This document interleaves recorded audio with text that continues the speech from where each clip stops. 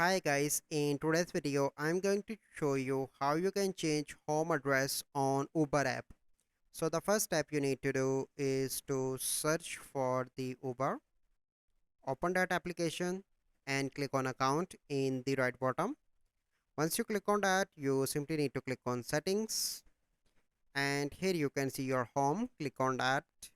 So you can search here like I am searching,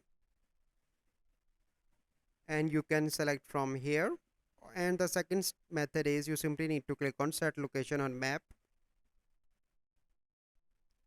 and you can select like this and click on done. And then after some minutes, your location will be updated here.